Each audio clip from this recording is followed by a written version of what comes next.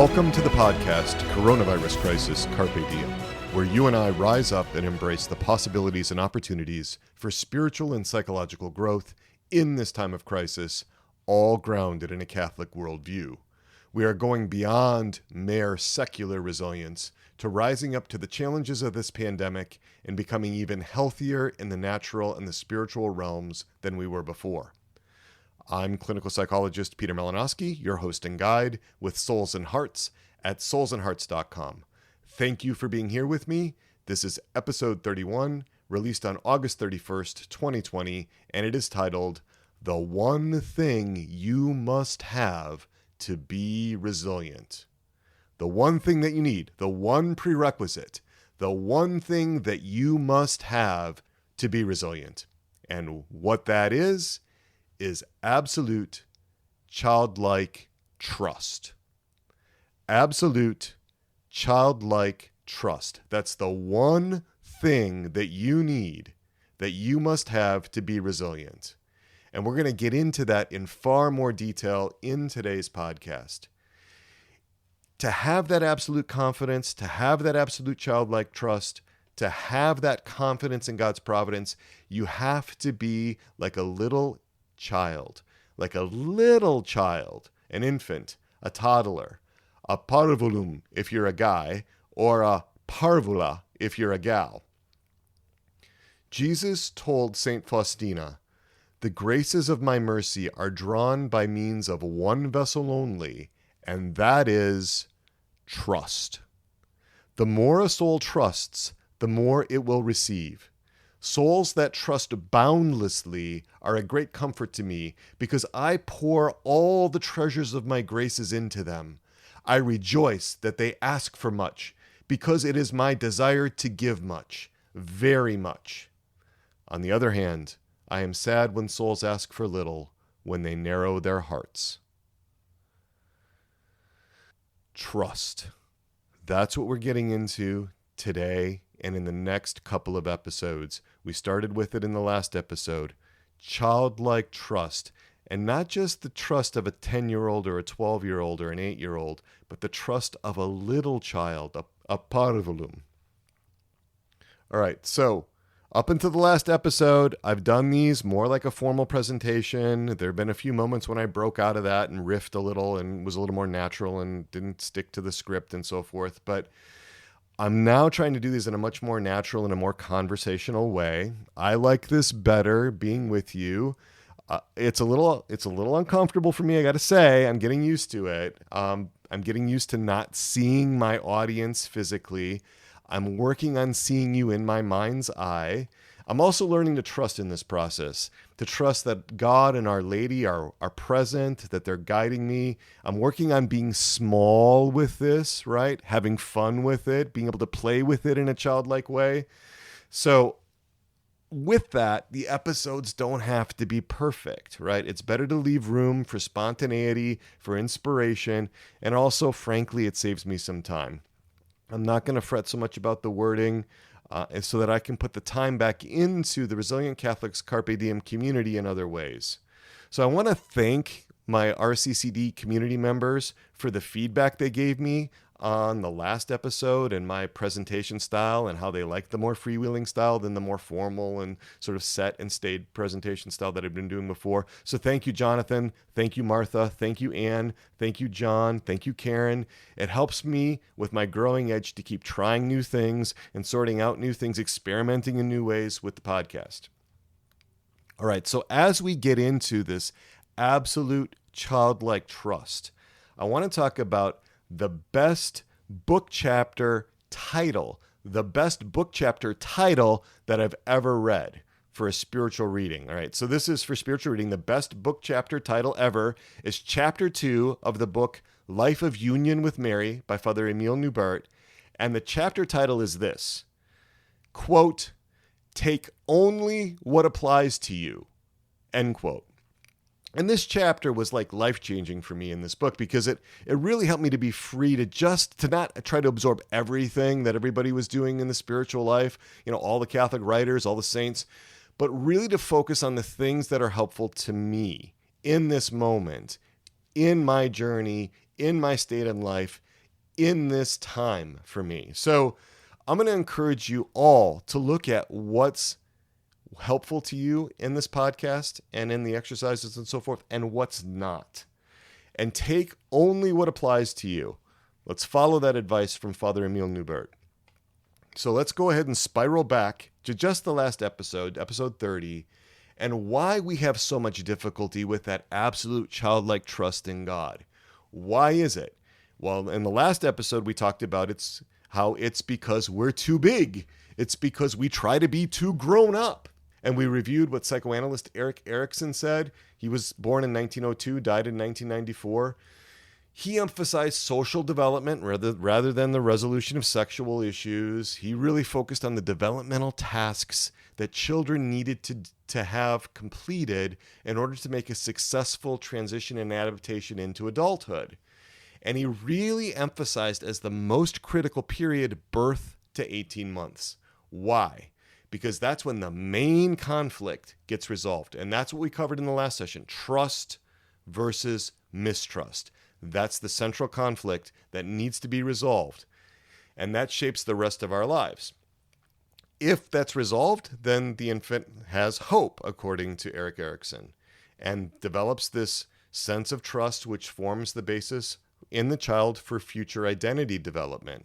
And failure to develop that trust results in a deep, pervasive fear and a sense that the world is inconsistent and unpredictable. We also briefly mentioned John Bowlby, who lived from 1907 to 1990, really a contemporary of Erik Erikson. He was also a psychoanalyst, but he was also a psychologist and a psychiatrist. He said that infants and toddlers instinctively turn to their parents when they are in distress, unless there's some kind of real relational disorder going on. And he actually, with his colleague Mary Ainsworth, they actually tested that in the lab. They actually had what they called the strange situation, where they looked at what happened when children, toddlers, were in different situations with their mothers present, with their mothers absent, and so forth. The bottom line is that the formation of early healthy emotional connections to father and mother is central to identity development and the rest of natural development as a human being. Relationships are crucial, and these two were challenging Freud's ideas about the primacy of psychic energy. They were talking about relationships. They focused on relationships, and they focused on how security is dependent on us having those healthy relational bonds from when we're really teeny tiny small. So I argue by analogy. Okay, so if the great task, the first and greatest challenge, the first and greatest task in the natural realm is to learn to trust, and you got to get that straight, and that's what's going on in the natural realm. I'm going to argue by analogy that it's the exact same thing in the spiritual realm. I argue that the first and greatest task, the first and greatest challenge in the spiritual life is to trust God, and to trust God in that absolute childlike way, to have that confidence in God's providence. And if there's one thing I've learned as a clinician, as a psychologist for almost 20 years, that there is one thing that separates those who are resilient from those who are not: that childlike trust in God's providence. Clients that have that childlike trust in God's providence, that are developing that are working with that are wrestling with God with that, they get better. People who don't have that childlike trust and who avoid the kinds of things that would be needed in the relationship with God to be able to trust Him, those experiences that they need to learn that God is not who their God images, their problematic God images say that He is, if they don't do that, then they don't get better. They remain symptomatic.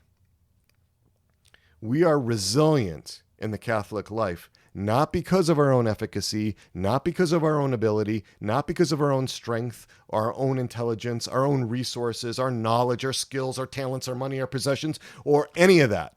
Catholic resilience depends on connecting to and sharing in the love of God. It's about coming under His wing and being protected by His power, by His omnipotence, by His omniscience, and by His fatherly love. If we're spiritually small in our relationship with God, we can approach God. If we're too big, we can't get near God, and God can't be near us. The other benefit of this is that when we're small and we fall, we don't have that far to go before we hit the ground. Kids, their bodies can handle those falls much better than, say, my middle-aged body, right? They're not going to break a hip. They're going to be able to bounce back. So if we can be small spiritually, we can bounce back as well. Sometimes I get this question from Catholics that will say, you're a psychologist. I get it. Everything has to do with your mother. All of your problems are because of your mother. But what if your mother was pretty good? Like, what if your parents were really good? I'm going to argue that parents are always going to disappoint their infants and their toddlers. They're not perfect. Mom is not perfect. Dad is not God. There's going to be disappointments. There's going to be wounds. Some of them are going to be intentional, unfortunately. Some of them are, lots of them are unintentional. And I wanted to read you a little paraphrase. This is a paraphrase from Nancy McWilliams from her 2011 book, Psychoanalytic Diagnosis. It's now in its second edition. It's a good book. And she's talking about the relationships between fathers and daughters, and something that I think fathers really need to know. So I'm just going to read this brief little paragraph. Nancy McWilliams, who is also a psychoanalyst, says, "Men may easily underestimate how intimidating they are to their young daughters. Men's bodies, faces, and voices are harsher than those of either girls or their mothers, and they take some getting used to. A father who is angry seems particularly formidable, especially to a sensitive girl. If a man engages in tantrums, harsh criticism, erratic behavior, or even sexual violation, he may be terrifying. A doting father who also intimidates his little girl creates a kind of approach avoidance conflict. He is an exciting but feared object. If he seems to dominate his wife, as in a patriarchal family, the effect is magnified. His daughter will learn that girls and women are less valued than boys and men." So what McWilliams is getting into here is that men often grossly underestimate the power of their presence, especially to their daughters. I would argue it goes for their sons too. Let me give you a little sense to get this into perspective, because this was an issue for me and my oldest daughter, Grace. It was a huge adjustment to have my first child. I've got 7 children, and the most difficult transition for me and all of my parenting was from 0 to 1.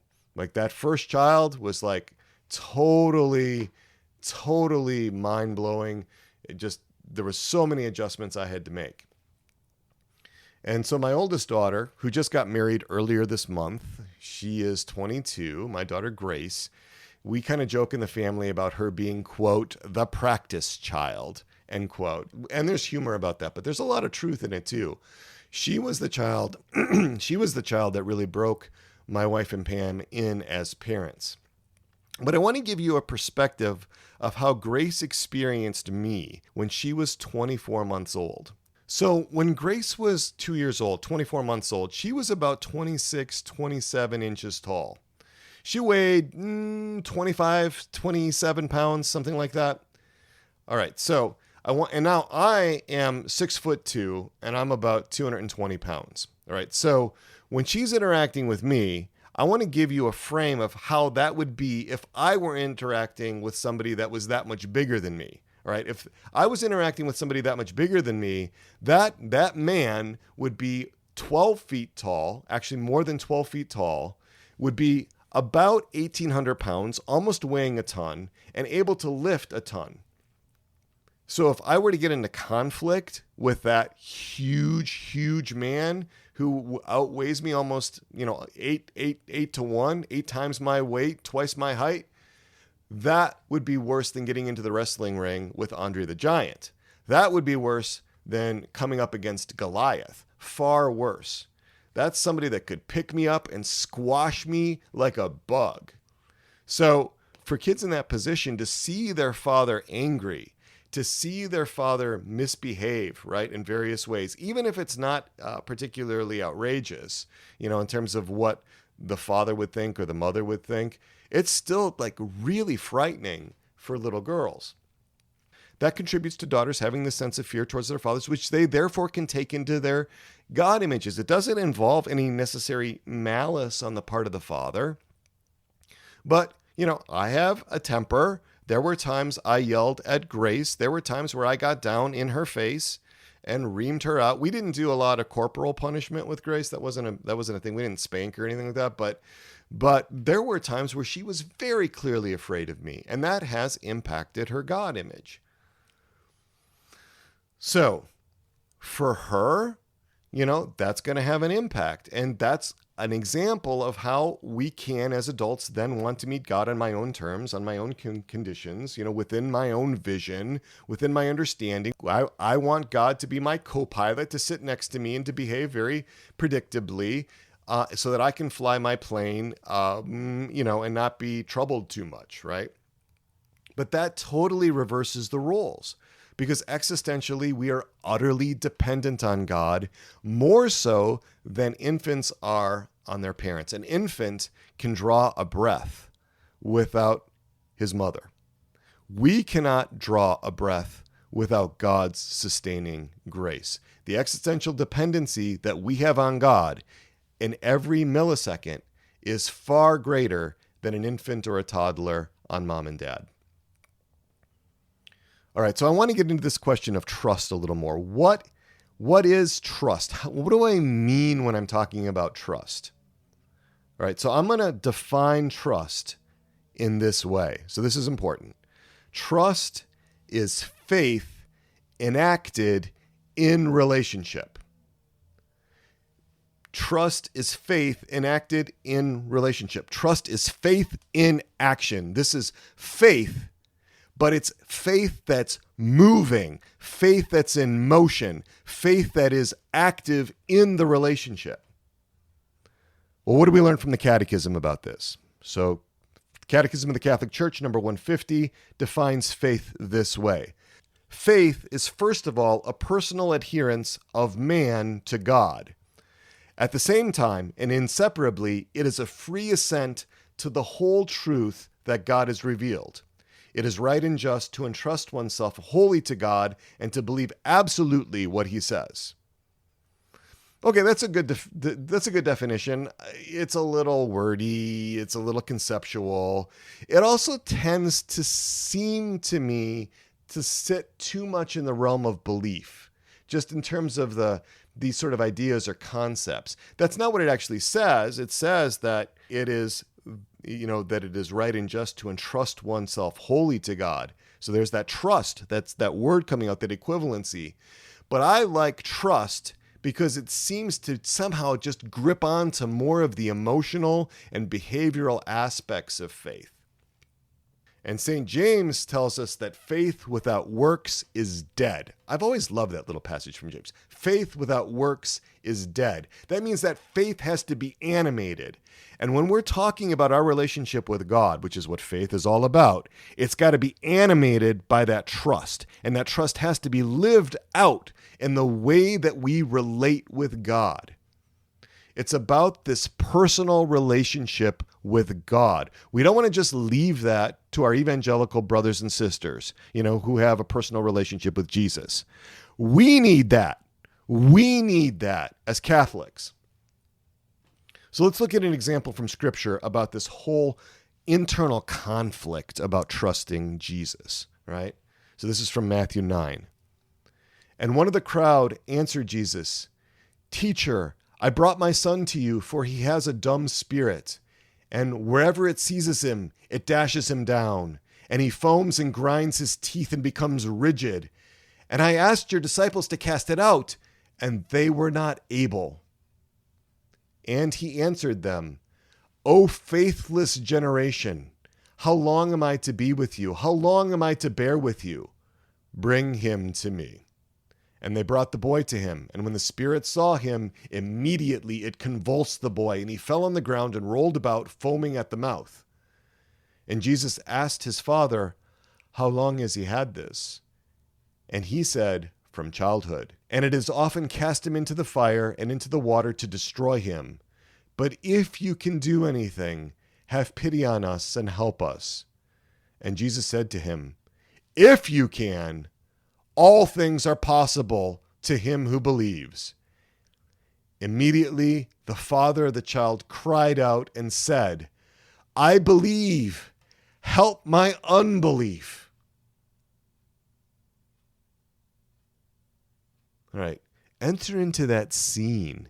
You who are parents, right? This is your child. This is your child who has come close to death because of this horrible malady, this demonic possession. And by the way, when it says demonic possession in the scriptures, it's demonic possession. As a psychologist, I don't say, oh, that's just some sort of grand mal epileptic seizure, blah, blah, blah. No, it's not. I hate it when people naturalize these phenomena. If the scripture says that it's a demonic possession, it's a demonic possession. We don't question that. We don't somehow naturalize all that. That's the opposite of spiritual bypassing. That's psychologizing the spiritual phenomena, right? So, okay, a little rant there. I can do that because I'm freewheeling now and I'm way off my script, right? So, trust is faith enacted in the relationship. The father of the boy possessed by the demon is asking for help to enact his faith. He's reaching out in faith, in the faith that he has, which is sufficient for him to ask for more faith. It's sufficient for him to enter into relationship with Jesus in a way that increases his trust. And you know what happened after Jesus healed his son, after the demon was cast out and never allowed back in? What do you think happened to that father's trust? I bet it went right way up, right? Why? Because he had an experience of Christ. He had an experience of Jesus. He had an experience of God that taught him something new about who Jesus really is. Val Conlin writes this: trust in the Lord and in his mercy is the key to open the floodgates of his mercy. Trust is an act of our free will, which gives the Lord permission to act freely according to his will. Our trust gives God the freedom to act mercifully. By our trust, God can fulfill his plan and his desire to have mercy on us all. Think about that. God needs our trust in him in order to act. If we don't trust in him, he's handcuffed. Why? Because that trust flows from our free will. It's an act of our free will. What did Jesus say to Sister Faustina? This is what he said: most dear to me is the soul that strongly believes in my goodness and has a complete trust in me. I heap my confidence upon it, and I give it all it asks. Think about that. That's the central thing, is this trust in God. If we have that trust in God, all kinds of things open up to us. That allows God to work with us in so many different ways, in ways that only he can imagine, that are way beyond our limited abilities to see. His ways are not our ways. His thoughts are not our thoughts. All right, so that leads us to a question. All right, and I want to encourage people. I want to encourage people to send me your questions. Email them to me at crisis@soulsandhearts.com.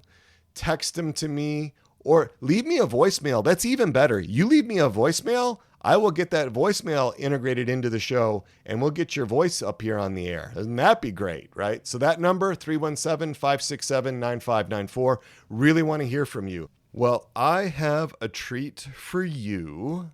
I have a listener that has been following the Coronavirus Crisis Carpe Diem podcast for many sessions now, and she has a question. I've known this young lady for several years, and since she lives in Indianapolis, I invited her to come into the studio to ask her question and make her suggestion. So, without any further ado, would you care to introduce yourself, please? I'm Nisi Malanaski, and I'm 7 years old, and you're my daddy. And you're my Lucy. That's right. Lucy is my daughter. And since she's been listening, she has a question. And so what is your question or your suggestion, Lucy? Why can't Dad do some happy God images instead of all the nasty ones, like the body pooper God image? So why can't I do some happy God images instead of all the nasty ones? All right. Well, I definitely want to talk about that. Do you have any other questions? No. Well, I want to thank you, Lucy, for coming into the office. And I want to say, and you're my Lucy. And you're my daddy. I love you, Lucy girl. I love you, Daddy. Lucy, you bring up an excellent point, one that I have neglected really to mention in this whole series on God images, and that we can have happy God images. We can have happy God images in our bones. In fact, we're supposed to. That's the goal. The goal is to get that absolute childlike trust in God and that experience of God throughout our whole being, through every fiber of our being. That's an experiential process that comes when we know who God really is in prayer and in the sacraments. We can't think our way there. We can't study our way there. I've had clients that have had, doctoral degrees in philosophy and theology. They've tried to study. They've tried to learn, academically, who God is and so forth. That doesn't work. That's a defense that we call compensation, compensating for the experiential aspects that are missing by trying to go there academically and conceptually. It's not going to work. What we know about God in our bones, to the degree that it's accurate, are going to be a happy God image. Now, I would say that there's maybe just one happy God image because that's who God really is, but it may take different forms and may seem in different ways because of the different ways that God's with us at different places in our lives, at different points in our lives. Now, I want to say that it pleases God very much for us to work with these God images. This is really counterintuitive, though. It's really counterintuitive. Most people are really frightened about dealing with their God images, and it makes sense because their God images are kind of terrible, right? Lucy really doesn't like a lot of these God images she was hearing about, right? But it pleases God for us to work with these God images. He wants us to struggle with them. Why? Because they're getting in the way of the trust. They're getting in the way of our childlike trust of him, right? So if we give him a little room for him to show us more of who he really is, there's going to be a really positive cycle that happens, an upward spiral, right? A virtuous circle instead of a vicious circle that helps us to know who God really is. Let me use an extreme example. All right. For those of you that are parents, I want you to imagine something that's actually kind of horrible. If this is freaky, don't do it. But just imagine that you had a son or a daughter that was kidnapped, at age, let's say 5, right? Kidnapped at age 5 and missing for 7 years, right? And then by the grace of God, the child is found 12 years old, right? But in that 7 years of being gone, had some terrible traumatic experiences. But your heart's overjoyed. The child is found. They found him. Somebody got a tip on the missing persons hotline. They were able to connect him. The cold case got hot. They found the perpetrators. Child restored, right, to the home, to your family, right? Now let's say that child had been told some terrible things about you. Let's say that the perpetrators wanted to really drive a wedge between that child and you and told that child all sorts of lies about you. And the child was 5. Your son was 5 when he was taken away. That's still really malleable, right? Would you be upset with that child for bringing you things and relating with you and bringing to you the things that he's struggling with in the relationship with you at 12? Would you be upset with that child? Would you get offended? Would you say, I can't believe that you believe such things about me? No, absolutely not. you would be patient with that child. You would understand what that child went through. You would know that there's reasons why that child has such a terrible image of you, right? Given the history that that child has had and the things that that child's been told and the terrible experiences that child has had at the hands of adults, right? You're going to understand why there's going to be trust issues, why that child is going to be really reactive, why that child might not want to hug, and so forth. Well, if you, as a limited human being, as a limited parent, an earthly parent, with all the foibles, with all the imperfections, with all the history and so forth that you have, if you can be that good to a child in that situation, how much more will our Heavenly Father and our Heavenly Mother be patient with us as we try to work through the distortions in our God images and in our images of Mary? It pleases God very much for us to work with these God images. Why? Because it's what we need to do to develop that trust in Him, right? From the beginning of time, God knew all the mistakes our earthly parents would make. He knew all the sins of commission that they would commit against us, all the sins of omission, all the imperfections, all of them great and small, every failing, every shortcoming, all of that. He knew what the impact of all those things would be on us. He knew all the details that was going to happen in our upbringing, every trauma, every attachment injury, every relational wound, from the most minor pinprick to the greatest harm that we would experience. He knew what all of that would be. And in His permissive will, He didn't actively will these sins. He didn't actively will these harms to come across to us, but He allowed it in His permissive will. He allowed others to fail. He allowed them to have their free will and to exercise it. He has a plan to make up for every one of those injuries, every one of those wounds, great and small.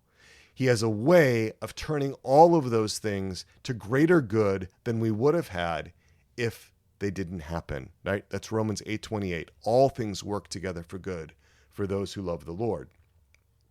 And how is that going to happen? That's going to happen through our spiritual parents.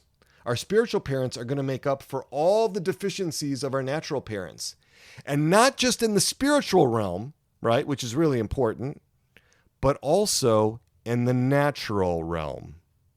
Now, I'm talking to you as a Catholic psychologist here, as a psychologist, that God allowed these things to happen, these deficits in our natural upbringing, in our parents and our earthly parents, because He Himself as Father and the Blessed Virgin Mary as Mother were going to make up for them in the natural realm. Just in the purely human realm, not just our souls, not just our spiritual selves, but in our natural selves, all of the things that happen in our bodies, in our minds, in our hearts. Right? What does our Lord say in Isaiah 49? But Zion said, "The Lord has forsaken me. My Lord has forgotten me." And here's the response from God, right? Can a woman forget her nursing child, that she should have no compassion on the son of her womb? But even if these forget, yet I will not forget you. Behold, I have engraved you on the palms of my hands. Engraved us on the palms of His hands. We have no idea, people, of the depth and the breadth of the love of God for us. We really don't. We're finite beings attempting to try to understand something about the infinite. All right, so 2 quick book recommendations. These are ones that I recommend a lot. The first one is to help us really understand. This was a book that opened my eyes to how much Mary is my mother. My mother, not just in the spiritual realm, but in the natural realm. All right. And that is My Ideal, Jesus, Son of Mary, by Father Emile Neubert. And Neubert is spelled Neubert. My Ideal, Jesus, Son of Mary, by Father Emile Neubert. That's Mary as our first mother, our spiritual mother, our real mother, our primary mother. Right? Our earthly mother, our natural mother, she's our secondary mother. Mary is our primary mother. On God the Father issues, Trustful Surrender to Divine Providence by Father Jean-Baptiste Saint-Juré and Saint Claude de la Colombière. Oh boy. French names. All right. So Father Jean, Jean Baptiste, Baptiste, Saint-Jure, Jure. All right. And Saint Claude de la Colombière, Colombiere.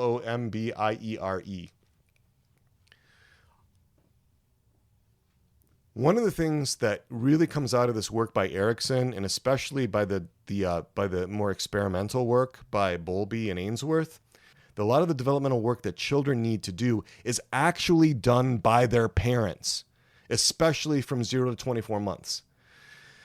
The child is actually receiving things from father and from mother. The child is not actually initiating this growth. The child is in a very receptive mode, right? Now let's go back to this. Let the little children come to me and do not hinder them, right? The little children, the itty bitty children, parvulum, parvula, right? The little children, itty bitty, small, infants, toddlers, not 4-year-olds. No self-respecting 4-year-old is going to call himself a toddler. Any self-respecting 4-year-old is going to know that he's a preschooler and he's not a toddler anymore and he's getting big, like my cousin Ryan. You know, he's gotten too big already. And this isn't to say that we're supposed to be like infants and toddlers all the time, right? In our if we're, carrying on at work, we've got to teach, we've got to teach because we're a teacher and we've got a class of 36th graders. We can't act like we're 6 months old or a year old. But in relationship with God, yes, we need to be that small, that young, with regard to the heart, So it's really important. Erickson, Bowlby, Ainsworth, they're saying the parents are doing the developmental work for the child, right? And that's what we need to allow God to do. And that's totally backed up. That's totally backed up by St. Teresa of Lisieux. That's totally backed up by St. Faustina, right? It's God that's working in us. It's God working in our hearts. And our Lord showed us this, right? He allowed himself to be small. He allowed himself to be an infant. He allowed himself to be an infant in duress, right? The flight to Egypt, right? So here's Jesus, right? He's only a few weeks old, right? And he's got the local king wanting to murder him. He's got problems, right? He's got, a dangerous situation here. And this king will do it, right? He actually did it. He murdered dozens of innocent children, the murder of the innocents, right? Infanticide. So what do his parents have to do? They have to take him 429 miles as the crow flies to Egypt, where they are strangers in a strange land, right? But is Jesus worried about that? No, he's in the arms of the Blessed Virgin. He's safe.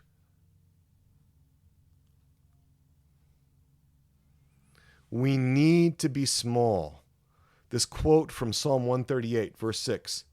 The Lord is on high, but he cares for the lowly, and he knows the proud from afar.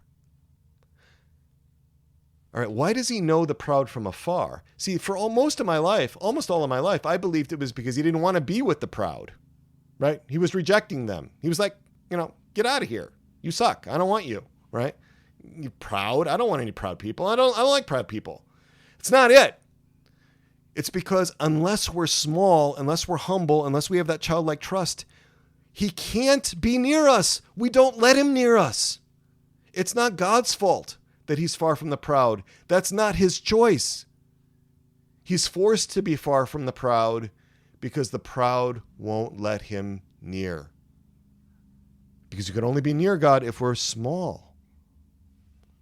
All right, so the one thing you need, the one prerequisite, the one essential thing that you need to be resilient as a Catholic is this absolute childlike trust, absolute confidence, absolute childlike trust in God's providence. But in order to have that absolute confidence, you have to be like an infant or a toddler when you relate to God. Right? So one more quote here from St. Faustina, right? Jesus said to St. Faustina, "Your duty will be to trust entirely in my mercy. My duty will be to give you all that you need.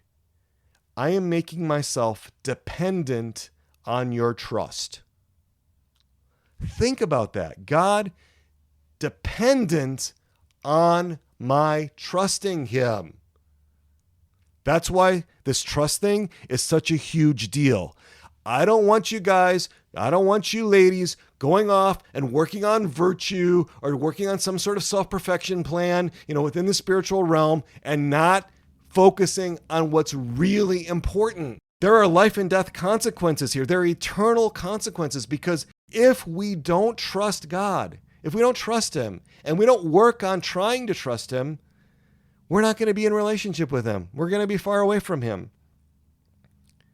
It doesn't matter why we flee from God in the final analysis. If we flee from God for whatever reason, right, and we don't turn back, we're going to wind up eternally separated from him. That's why hell exists. It's not because God is up there angry, sort of dyspeptic, kind of grouchy and, kind of overly sensitive and bitter about how badly people treat him on earth. It's that's, and so he's going to take it out on us, and he's going to enjoy sending us to hell because, he's just kind of cranky and crotchety that way. No, the reason people wind up in hell is because they give in to these God images, they default to them, and they die that way. And there's a lot of psychology that goes into that, and they will have been given lots of chances to overcome that. But I don't know how many people are going to take advantage of that. I really don't. I'm haunted by, Matthew 7:14, right? It's a hard road and a narrow gate, and few are those that find it. Ooh, But it's not because God is doing everything he can to help us. And when you have somebody that makes the decision that they're going to trust in God and that they're going to enter into that relationship, and it scares the living daylights out of them, but they're going to do it anyway, they're going to be all right. God loves that. And those are the clients in my practice that get better. And the more they can do it, the faster they get better. And I'm already seeing people doing that within the Resilient Catholics Carpe Diem community. I've been hearing stories. I get private messages. There's posts that come up about the things that people are struggling with that in this community and the things that they are doing that are so inspiring. And they make me really want to continue with this. So I am really proud of that. I'm really proud of the work that people are doing in community. I'm not going to talk about it out here, right? Because we got to keep that stuff in the community and keep it private. But really, it's amazing. And now we're coming together, right?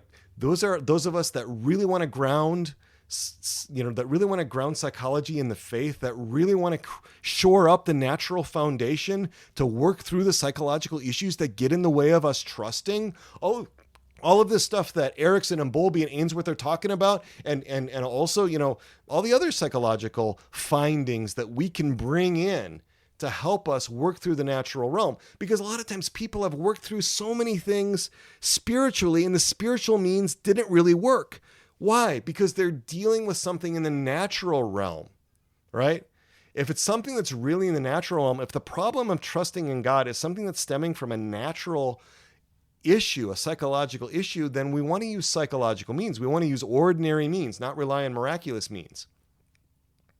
All right, so reach out to me. Tell me what you think. crisis@soulsandhearts.com. Call me 317-567-9594. If you're in the RCCD community, don't hesitate to private message me on our app.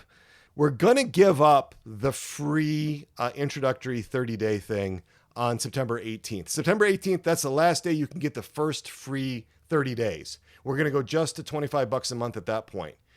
And at some point in the future, I haven't decided exactly when, sometime late October, November, something like that, I'm actually going to be closing the community to new members for several weeks, maybe months. I'm not sure, because I really want there to be the gelling of the people in the community. So if you're thinking about, like, kind of on the fence about whether you should join the community or not, I'm going to tell you that time is short. September 18th, there's no more free 30-day introductory thing. You're going to have to pay the $25 in order to get in. Now, the case is always that if you are in financial need, we're going to take care of you. So if there's ever like a financial need, Dr. Jerry and I are very committed to making sure that the fees are never the tail that wags the dog. If you can benefit from something that Souls and Hearts has to offer, we'll always make it possible financially to do that. We feel very strongly about that. But I really want you to know that we're going to be tightening up that community, bringing together some greater cohesion. We had a great Zoom meeting last Saturday. Lots of us got together. We were able to really focus in on the 0 to 24 month period. That was a private meeting. We didn't record that one. And that's so that people have a chance to really kind of be freer to be able to say what they need to say. Okay, so this is going pretty long. All right, I got to wrap this. This is what happens when I start freewheeling, right? I start making these really, really long episodes. But I get very excited. Oh, there's one more thing I want to tell you. Forgot this. And that is I'm going to start scheduling some 15 to 20 minute phone calls with the RCCD community members because I'm putting together this template of questions because I really want to see where you guys are at and what you need, how you're responding and reacting to the things that are going on with the podcast and within the community. That's only for community members. So you got to join the community in order to be able for that to be happening. But over the next 4 to 6 weeks, I'm hoping to be able to contact all the community members and really kind of have a space here, 15 to 20 minutes to go over what you guys really need. That's to help me in the discernment as to what kinds of things do we need to be offering in the community. And then once we close the community, we're going to be actually doing some program development for the people in the community. When we reopen the community, it's going to be more than $25 a month. I can tell you that. But anybody that's been in the community for the $25 a month, we're going to grandfather you in. We're going to make sure we take care of you. You'll be able to stay at $25 a month all the way to the end of 2021. So we're going to make sure that we take care of the people that kind of started with us as pioneers. Okay, so that's a lot of talking. Okay, we got to stop. All right, so we're going to invoke our patroness. Oh, one more thing. Pray for me. I pray for you. Please pray for me. I know many of you are praying for me. I really can feel the benefit of those prayers. This is really palpable for me, especially in this moment right now. Really grateful for that. We're going to invoke our patroness and our patron, Our Lady, our mother, our primary mother, Untier of Knots. Pray for us. St. John the Baptist, pray for us.